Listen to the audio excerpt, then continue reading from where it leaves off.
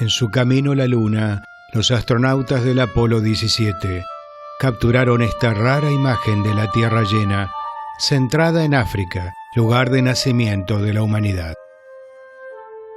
Esta es una tierra antigua. El río Nilo fluye hacia el norte en el Mediterráneo, tal como lo hacía cuando las grandes pirámides se levantaban en la llanura de Giza. Hacia el este, el Mar Rojo divide y rodea la península de Sinaí, dividiendo dos continentes y separando Egipto de los lugares sagrados del judaísmo, la cristiandad y el islam. Rutas comerciales alguna vez corrían hacia el norte desde la ruta del incienso en la punta suroeste de la península arábiga. Caravanas trayendo incienso y mirra viajaban hacia arriba en la costa este del Mar Rojo, pasando el Golfo de Aqaba y al norte hacia el Mar Muerto. Grandes líderes como el rey David, el rey Herodes, Jesús y Juan el Bautista caminaban por los caminos del Mar Muerto. Profetas de la Biblia hebrea contaban historias tristemente célebres de Sodoma y Gomorra. Los egipcios usaban los minerales extraídos del Mar Muerto para embalsamar sus momias, y Aristóteles escribió sobre sus aguas tan especiales. Ni algas ni plantas rodean el Mar Muerto. Ningún pez ni animal marino de ninguna clase habita en sus aguas. Pero el Mar Muerto vive a través de las historias preservadas en sus acantilados y cuevas y en las estrellas que tiene arriba. Aquí la antigüedad es registrada por el paso del tiempo a través del movimiento del sol y la luna, mientras que la roca y la arena son un registro viviente de un lugar tan eterno como las estrellas.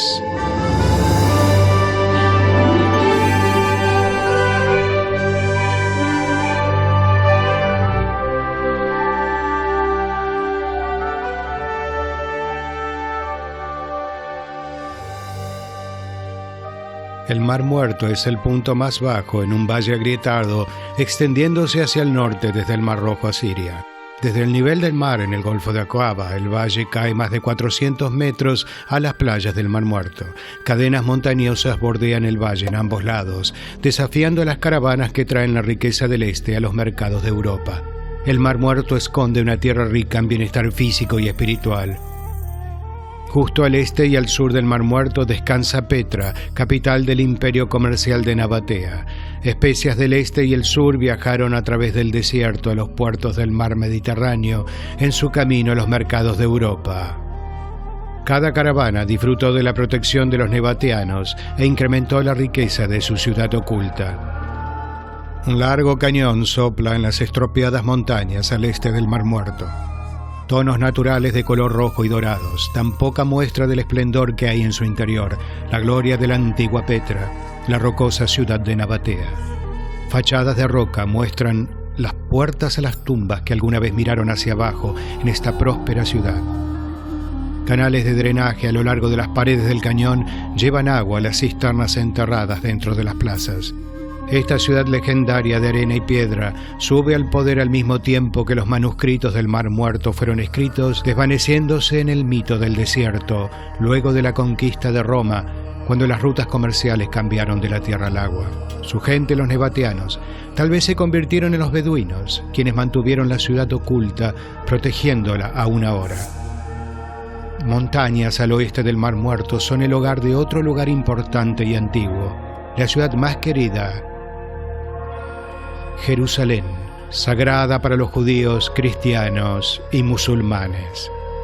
En el centro de la vieja Jerusalén está la cúpula de la roca, construida en el lugar donde el patriarca Abraham se paró para sacrificar a su hijo Isaac, donde Salomón construyó su templo y donde se dice que Mahoma ascendió a los cielos. Las paredes de la antigua ciudad de Jerusalén son parte del segundo templo, el sitio más sagrado en el judaísmo. A diferencia de Petra, Jerusalén está viva y es tan celosamente apreciada hoy como lo fue cuando los manuscritos del Mar Muerto fueron escritos.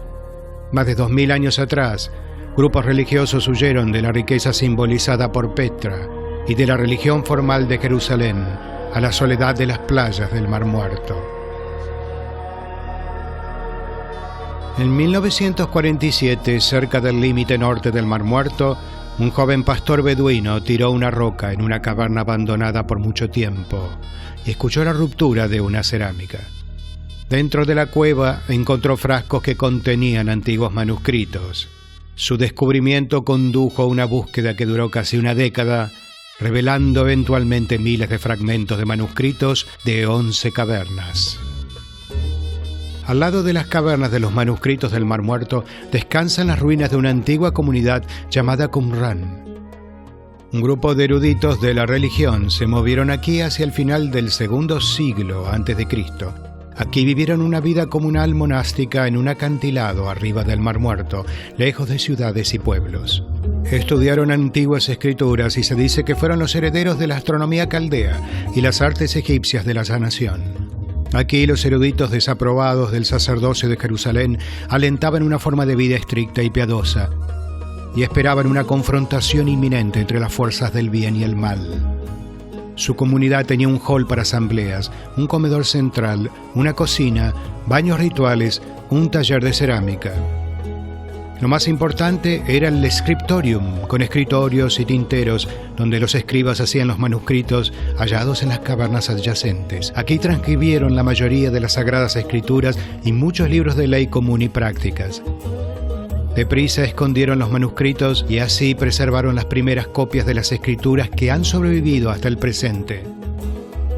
Las escrituras son más viejas que cualquiera de los manuscritos bíblicos y han perdurado más de 1000 años. Hoy la mayoría de los manuscritos se encuentran en el santuario del Libro de Jerusalén. Un domo cubre el monumento, del cual 2/3 se encuentra debajo del suelo. Una entrada en un nivel inferior conduce a un túnel que se asemeja a una cueva con artefactos en cajas a lo largo de las paredes. Al final del túnel está la gran sala donde los manuscritos están magníficamente exhibidos. Este manuscrito es uno de los más largos y mejor preservados de todos los manuscritos del Mar Muerto. La preservación de los manuscritos es una tarea tediosa, realizada en un laboratorio diseñado especialmente para que los curadores manejen estos artefactos. Para proporcionar ayuda, Tania está cosiendo fragmentos de los manuscritos entre 2 capas de una red de nylon. Con el tiempo, cada manuscrito puede ser reenganchado y alisado. Los fragmentos de los manuscritos deben ser identificados, descriptos y traducidos. Aquí Asia examina un fragmento y remueve residuos. Luego el fragmento se compara con otros como si se tratara de armar un rompecabezas. Este proceso de preservación continúa mientras los fragmentos son analizados, preservados y archivados. Una vez preservados, los manuscritos pueden ser leídos y su conocimiento compartido, especialmente el conocimiento de los antiguos astrónomos. Un manuscrito antiguo del libro de Job paga tributo a Dios a través de las formas de las constelaciones que todavía hoy se reconocen. Él es el hacedor de la Osa y Orión, las Pléyades y las constelaciones del sur. Job 9. La Osa Mayor todavía vaga por el horizonte norte, donde el río Jordán fluye hacia el Mar Muerto. Cada día gira en torno al punto norte del cielo, el sitio directamente arriba del polo norte de la Tierra.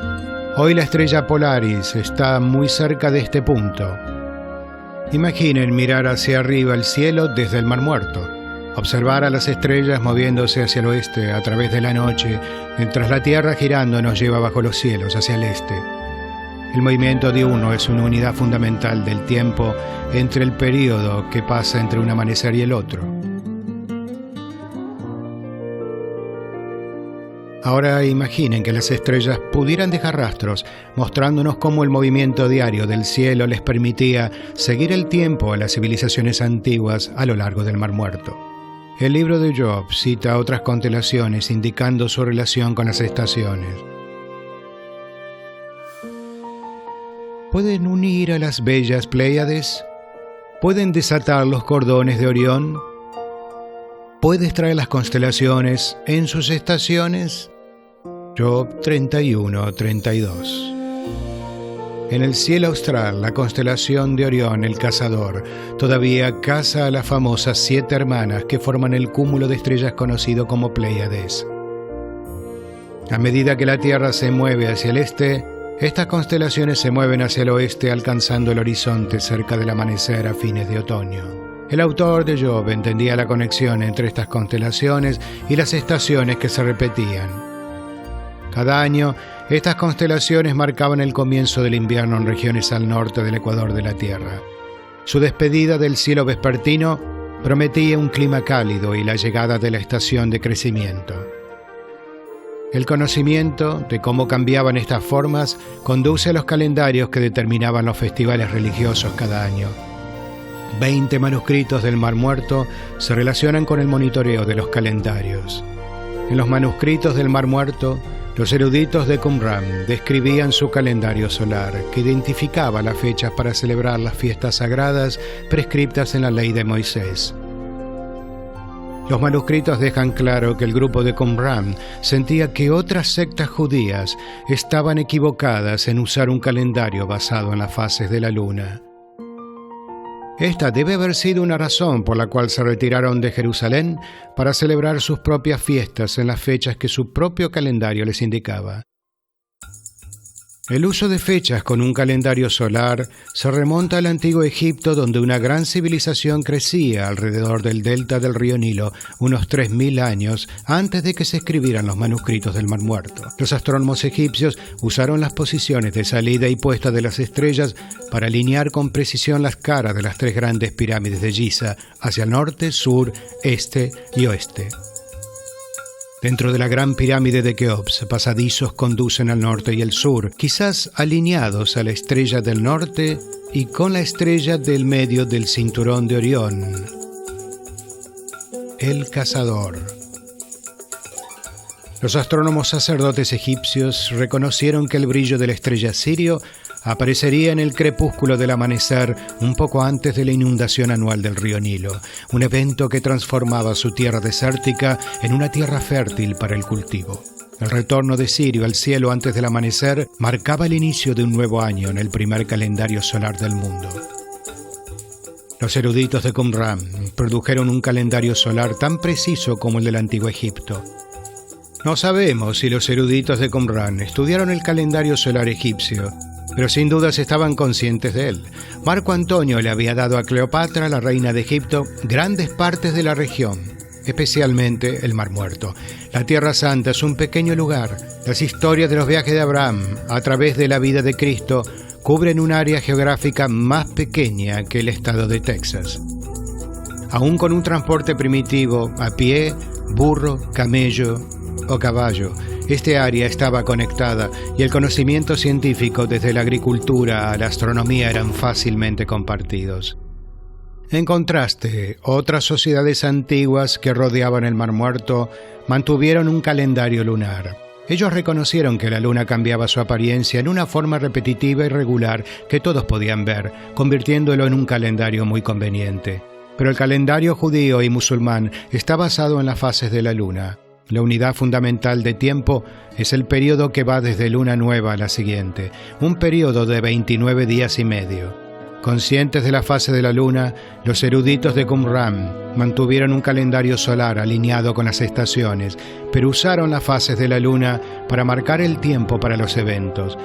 En su calendario, el primer día de cada año caía en el mismo día de la semana, miércoles, el día en el cual Dios hizo el sol, la luna y las estrellas. Todos los festivales caen también el mismo día de la semana cada año. Los hacedores del calendario de Qumran necesitaban un método para conectar las estaciones al calendario, una fecha que pudiera ser determinada con precisión cada año. Un calendario de los manuscritos de la Cueva 4 comienza con esta descripción de ese día. El sol se eleva hacia el este y brilla en el ecuador celeste, en el horizonte al amanecer, mientras la noche se convierte en día, el miércoles. Un reloj de sol de piedra caliza ha sido descubierto en Qumran. Este reloj solar puede ser usado para medir los ángulos del sol durante el año, permitiendo a los eruditos de Qumran identificar el día en la primavera cuando el sol se eleva en el este y se pone en el oeste. Puede resolver el calendario de Qumran para conocer las estaciones y verificar los días de fiesta y dieta. A medida que los escribas de Qumran transcribían los manuscritos, la agitación política se estaba cocinando en la región. El Imperio Romano reclamaba ese territorio y ciudades romanas como Cesarea crecieron en poder a lo largo de la costa del Mediterráneo. La civilización romana, con sus anfiteatros y columnatas, trajeron nuevas amenazas a la forma de vida monástica. Esta ciudad portuaria incluso tiene un acueducto que trae agua fresca de montañas lejanas. En todos lados las reglas y cultura romana crecieron y poco a poco acecharon las formas tradicionales de vida. La comunidad judía protagonizó una gran revuelta contra esas normas, comenzando aquí en Cesarea en el 66 después de Cristo. En 2 años, Qumran cayó en manos romanas. Podemos imaginar a los escribas y eruditos corriendo para proteger sus preciosos manuscritos en los acantilados que miraban al Mar Muerto. En total, usaron 11 cuevas, con la cueva 4, la más próxima a Qumran, conteniendo casi la mitad de todos los manuscritos descubiertos. Cuidadosamente cerraron las cuevas, escondiendo cualquier evidencia del gran tesoro contenido en su interior. Algunas personas de Qumran huyeron a Masada, un fuerte en una montaña escabrosa cerca de una playa al suroeste del Mar Muerto. Aquí los arqueólogos han encontrado un lugar donde curtían pieles para hacer los manuscritos y lugares que estos exiliados habían usado para continuar escribiendo. Alcanzar la parte superior de Masada es difícil y su fuerte pudo almacenar alimento y agua por muchos meses. En el 72 después de Cristo los romanos arribaron aquí y comenzaron su sitio. Crearon una gigantesca rampa para transportar sus arietes en contra de la ciudad. Los judíos fanáticos, los últimos en rebelarse, sabían que pronto serían capturados y esclavizados. En su última noche de libertad, el líder del grupo, Eleazar ben Yair, hizo un discurso apasionado a sus asediados compatriotas. Déjenos morir antes de convertirnos en esclavos ante nuestros enemigos y déjenos ir de este mundo juntos con nuestros hijos y esposas en un estado de libertad. La mañana siguiente, el primer día de Pascua, el general romano Flavio Silva y sus tropas se pusieron su armadura y marcharon con impaciencia a la cresta de Masada. Pero ningún enemigo los confrontó. Solo 2 mujeres y 5 chicos aparecieron. De ellos, Silva y sus hombres aprendieron la verdad. Los otros estaban muertos y sus casas quemadas, prefiriendo la libertad en la muerte que la vida en esclavitud. Con la caída de Masada y la muerte de los eruditos que quedaban de Qumran, el Mar Muerto desapareció de la historia judía, llevando los secretos de los manuscritos a la oscuridad. El Mar Muerto en sí mismo nos relata una época que se extiende más allá de los años en los que los manuscritos estaban ocultos. El mar pertenece a un valle agrietado que se extiende desde el norte de Siria a Mozambique central. También se aparta moviendo las placas de la corteza terrestre. El lado este pertenece a la placa de Arabia que se mueve hacia el este. La parte oeste del valle pertenece a la placa de África, empujando hacia el norte para cerrar el mar Mediterráneo. A medida que esas placas se separan, el valle se hunde entre ellas y produjo la región más baja de la Tierra, el Mar Muerto. Agua fresca fluye hacia abajo a través del río Jordán, vaciándose en el Mar Muerto. No habiendo un punto de salida, el agua se evapora causando que las sales se acumulen en el lago y en sus sedimentos. Como resultado, la concentración de sal del Mar Muerto es aproximadamente 33%, comparado con el 3% del océano. En los años 30, el flujo entrante de agua fresca igualó el ritmo de evaporación. Los proyectos de irrigación hoy han desviado aproximadamente un 90% del agua del río, dejando solo un pequeño y preciado hilo de agua para el Mar Muerto. En 1968, los astronautas del Apolo fotografiaron el Mar Muerto con 2 cuencas, una grande y profunda en el norte y la segunda más pequeña y más playa en el sur, separadas por la península de Masada. Hoy la cuenca que está al sur está básicamente seca, excepto por algunas lagunas que se evaporan. El nivel del agua en el Mar Muerto está bajando unos 32 centímetros por año.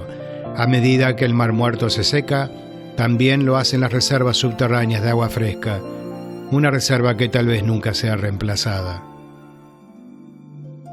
La Biblia dice que Jesús fue bautizado donde el río Jordán encuentra el Mar Muerto, y los escribas crearon los manuscritos del Mar Muerto a lo largo de su costa. El rey Herodes hizo su casa de invierno en Masada. Ahora, este delicado ecosistema en la parte más baja de la tierra está amenazado. Por 5 millones de años ha sobrevivido, pero ¿cuánto durará para futuras generaciones? El coronel Ilan Ramon observó el Mar Muerto pasando debajo del transbordador espacial Columbia. Aquí vio esperanza y una visión para el futuro. El mundo se ve maravilloso desde aquí arriba, tan pacífico, tan bello y tan frágil. Desde el espacio, nuestro mundo se ve como una unidad sin límites. Así que tratemos de trabajar para la paz y una mejor vida para cada uno en la Tierra.